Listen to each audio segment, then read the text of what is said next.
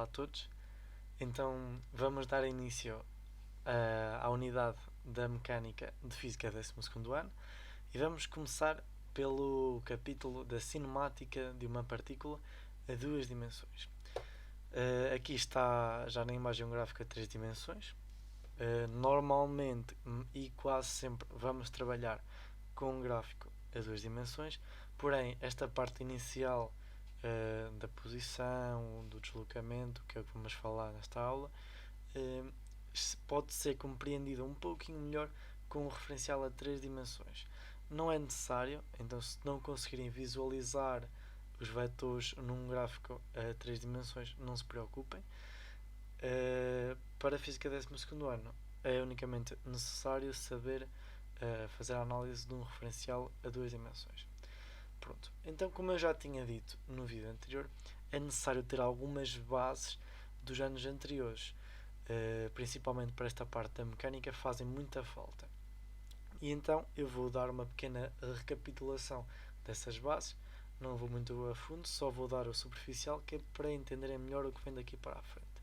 Então há dois conceitos que estão aqui à vossa frente, que são muito importantes para o que vem aí, principalmente neste vídeo, que vamos falar da posição no referencial, vão ser bastante importantes. Pronto. Então, temos aqui dois conceitos, movimento e repouso. Certamente já ouviram falar deles. Se são de um curso de ciências ou não, já ouviram falar deles de qualquer das formas, pois falam neles no terceiro ciclo e depois no secundário aprofundam mais. Então, quando é que um corpo está em movimento ou repouso? O que vai definir se um corpo está em movimento ou em repouso é exatamente o referencial que nós vamos escolher. Ou seja, nós vamos fazer uma relação entre duas partículas e vamos escolher uma como referencial se, em relação ao referencial, a partícula escolhida como referente estiver a variar a sua posição ao longo do tempo, diz-se que essa partícula, em relação à outra, está em movimento.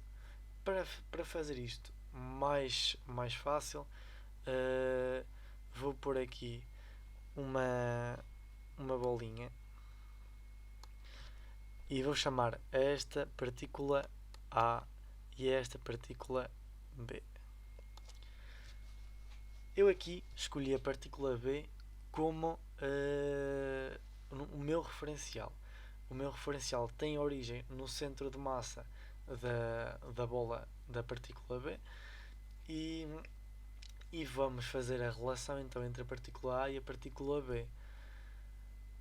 A partícula A, se deslocar ao longo do referencial em relação à partícula B, ela está em movimento. Porque, por exemplo, se a partícula A, este é o momento 1, se no momento 2 a partícula A estiver por aqui,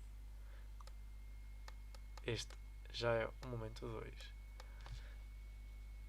a minha partícula A entre o momento 1 e o momento 2 variou a sua posição, ou seja, está em movimento em relação à partícula B. Mas imaginemos então que a partícula 1 não altera a sua posição, ou seja, não há variação de posição ao longo do tempo, fica no mesmo lugar. Então podemos dizer que a partícula 1 está em repouso em relação à partícula B, e igualmente para a partícula B em relação à partícula A está em repouso. Mas, por exemplo, se eu puser as duas bolinhas, ou seja, as minhas partículas, por exemplo, numa caixinha em que elas caibam as duas mesmo apertadinhas, e eu empurrar a caixa e ela for a deslizar, por exemplo, por uma rampa, essas bolas, uma em relação à outra, vão continuar a estar em repouso, porque elas estão a andar à mesma velocidade, não alteram a posição ao longo do tempo, porque estão coladas uma à outra, então estão em repouso em relação uma à outra.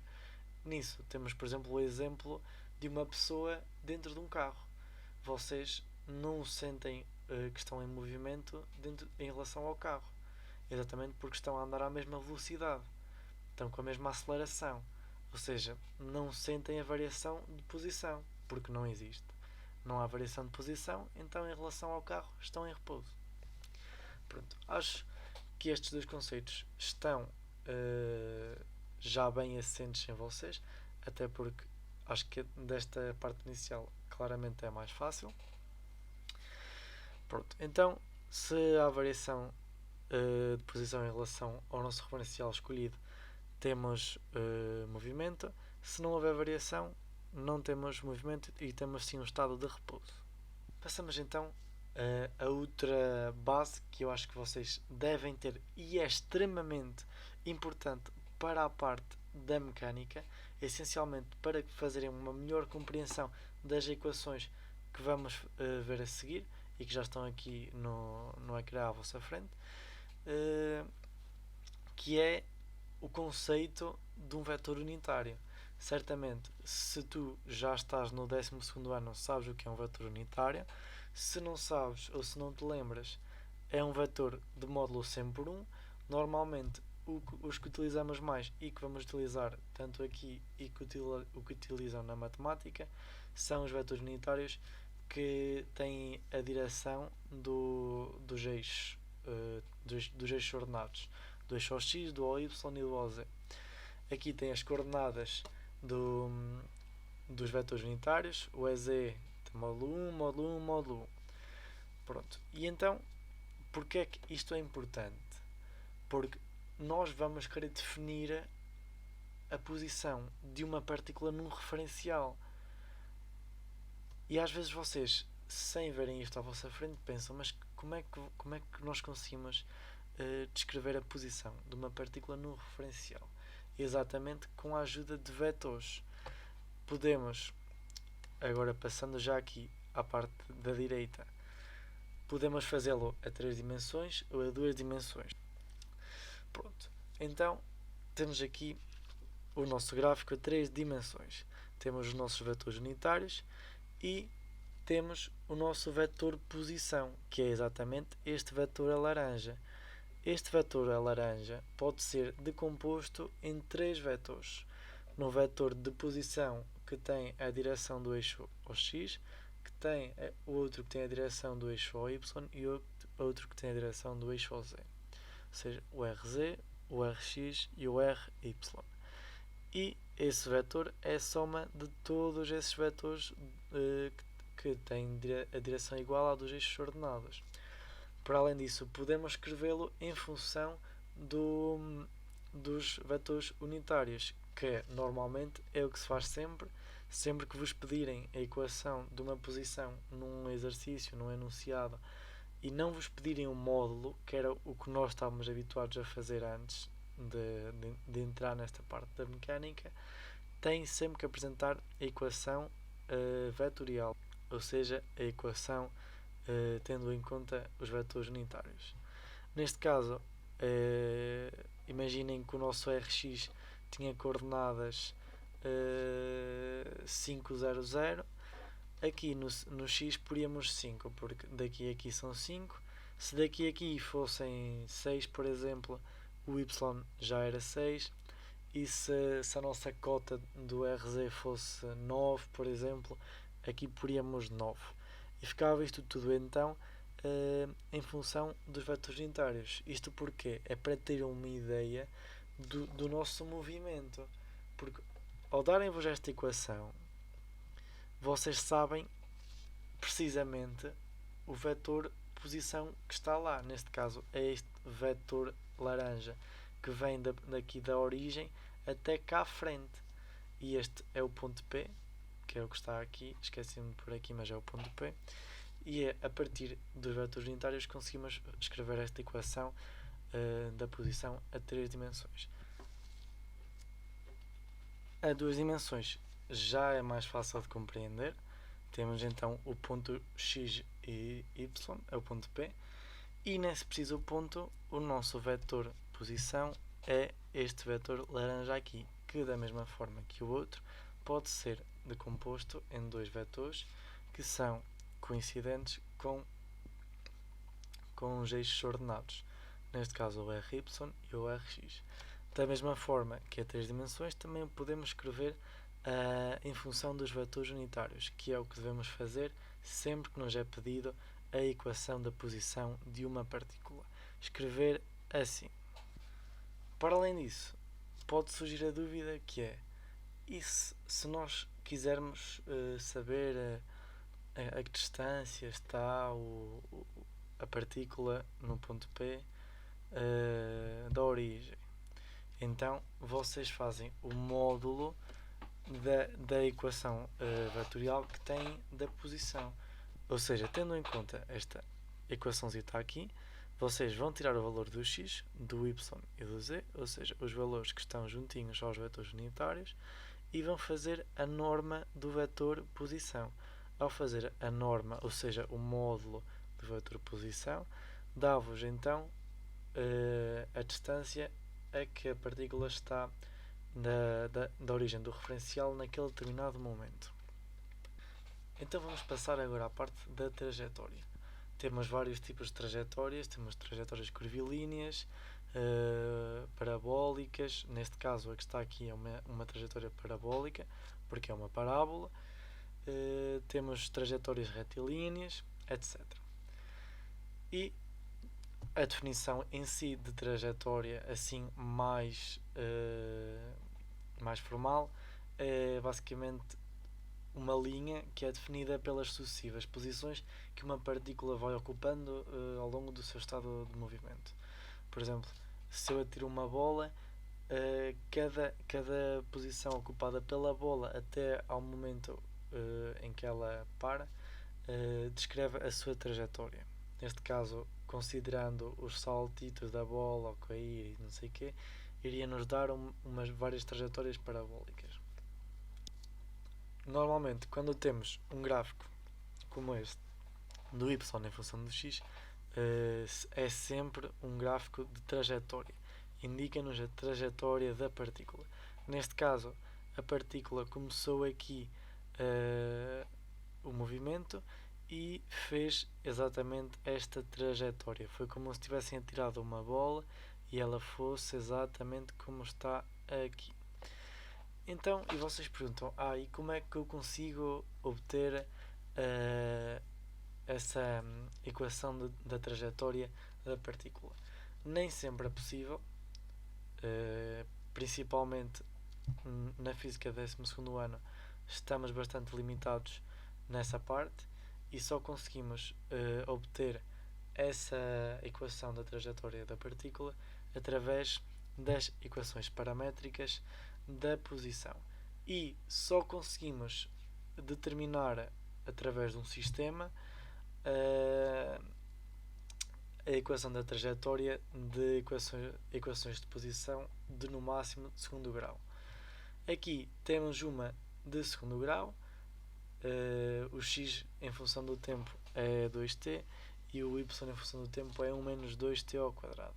Se resolvermos o sistema, não está aqui resolvido, mas pode não resolver, vai nos dar uma equação de trajetória y igual a 2x ao quadrado, que é exatamente uma parábola. Se calhar não é exatamente a que está ali, mas é parecida. Aproveito só também para realçar esta parte das equações paramétricas e não ficar assim mais em branco e talvez ficarem com dúvidas nesta parte das equações paramétricas.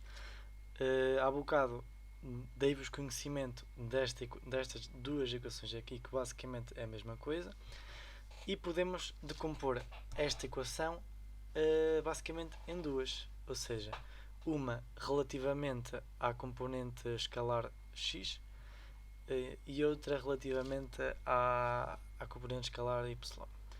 E então dividimos aqui o x e o y. O x é o que está atrás do vetor unitário, neste caso seria r igual a 2t, o vetor unitário x, mais, entre parênteses, 1 menos 2t ao quadrado, fechar parênteses, o vetor unitário é y. E como é que fazemos a análise disto? Basicamente, olhando aqui para estas duas equações, sabemos que com o passar do tempo a nossa componente escalar do x tende a aumentar e a do y tende a diminuir. Isto vem claramente porque se o tempo for 5 segundos, temos uma componente escalar x de 10, e se for aqui 5, temos uma de menos 49. Exatamente, menos 49. Neste caso, com o passar do tempo, o nosso vetor posição tende a aumentar de tamanho aqui para a parte do x e a diminuir para o y. Ou seja, o nosso vetor posição iria mais ou menos vir daqui e começar a descer assim. Exatamente assim. Para finalizar o vídeo, vamos então falar no deslocamento, que muitas das vezes é confundido com a posição. Então vamos lá esclarecer estes dois conceitos. Primeiramente vamos falar sobre o deslocamento. Definindo duas posições, o nosso deslocamento vai ser a variação da posição de uma partícula. Nesta seção vou começar pelo gráfico da esquerda. Temos o ponto 1 e o ponto 2. O nosso deslocamento é a variação da posição no ponto 1 e do ponto 2, ou seja, o nosso ΔR pode ser a diferença entre o R2 e o R1. Neste caso, já está ali em cima mais específico ainda, que é em função dos vetores unitários. Aqui temos a diferença entre o x2, que neste caso está para aqui, e o x1, que está aqui, mais a soma da diferença entre as duas componentes do eixo OY, que é neste caso o y2, que é este aqui, menos o y1, que é aqui, que vem já, que vai dar uma variação negativa, ou seja, o nosso vetor está a apontar para baixo, daqui para aqui, ou seja, podem ver que o vetor de deslocamento vai ter,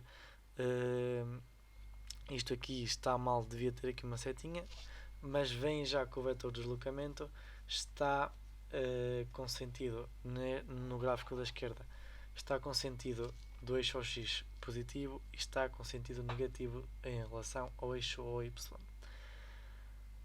Já no gráfico da direita é um exemplo para vos dizer que o deslocamento não depende da trajetória percorrida nem da origem do referencial escolhido. Neste caso vem que com diferentes trajetórias, independentemente de virem por ali, por acolá, irem mais à frente, voltarem para trás, ou mais curta ou mais longa, o deslocamento é sempre o mesmo, porque é unicamente a variação da posição da partícula. Ou seja, imaginando que a partícula és tu, e tu vais, por exemplo, de tua casa ao McDonald's. De tua casa ao McDonald's são, por exemplo, 5 km. Independentemente do referencial que tu escolhes, quer seja a tua casa, quer seja, sei lá, o Leclerc que fica no caminho, a distância de tua casa ao McDonald's, ou seja, o teu deslocamento, vai ser exatamente o mesmo. Quer a origem do teu referencial seja a 10 km da tua casa ou não. Independentemente da trajetória que faças, ou seja, se tu optares por um caminho de 10 km para ir ao McDonald's, sendo que podes percorrer apenas 5, o deslocamento vai ser o mesmo. Agora, não podemos confundir o deslocamento com a distância percorrida. A tua distância percorrida já vai depender da trajetória que tu escolhes.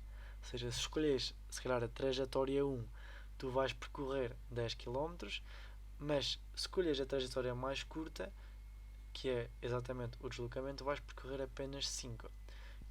Resumidamente, o deslocamento é a variação da posição de uma partícula, não depende da trajetória, ou seja, independentemente da trajetória ser maior ou menor, ou que vá muito mais à frente, seja muito grande, independentemente da trajetória, o deslocamento é sempre o mesmo. E independentemente da origem do referencial escolhido, a variação da posição, ou seja, o deslocamento, é sempre o mesmo.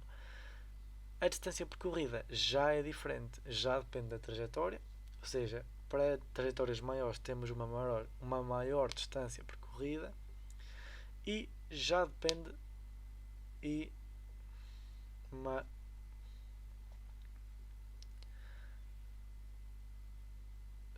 por exemplo, o vetor de posição não só a distância percorrida, mas também o vetor de posição. Para além disso, o vetor de posição ainda depende da origem do teu referencial. Por exemplo, se tu mudares o teu referencial, o teu vetor de posição pode ser maior ou menor, dependendo do referencial que tu escolhas. E pronto, está feita a primeira aula. Espero que tenham gostado. Foi uma experiência nova. Também é para ver como é que corre. Espero que tenham compreendido. Eu sei que é difícil assimilar estas coisas todas. Uma pessoa que nunca trabalhou com vetores, se trabalhou foi pouco, não está habituada a ver estas equações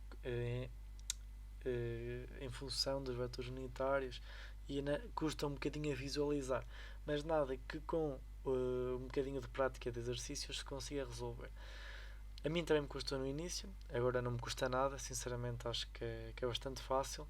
E então, se tu estás com problemas nisto, vê este vídeo outra vez.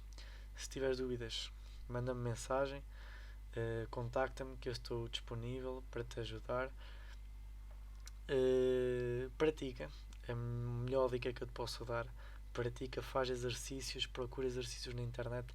São exercícios escassos, eu sei porque já fui aluno de Física 12º ano. Se precisarem de material, eu posso tentar ver o que tenho para cá. E esforcem-se ao máximo. Boa sorte e obrigado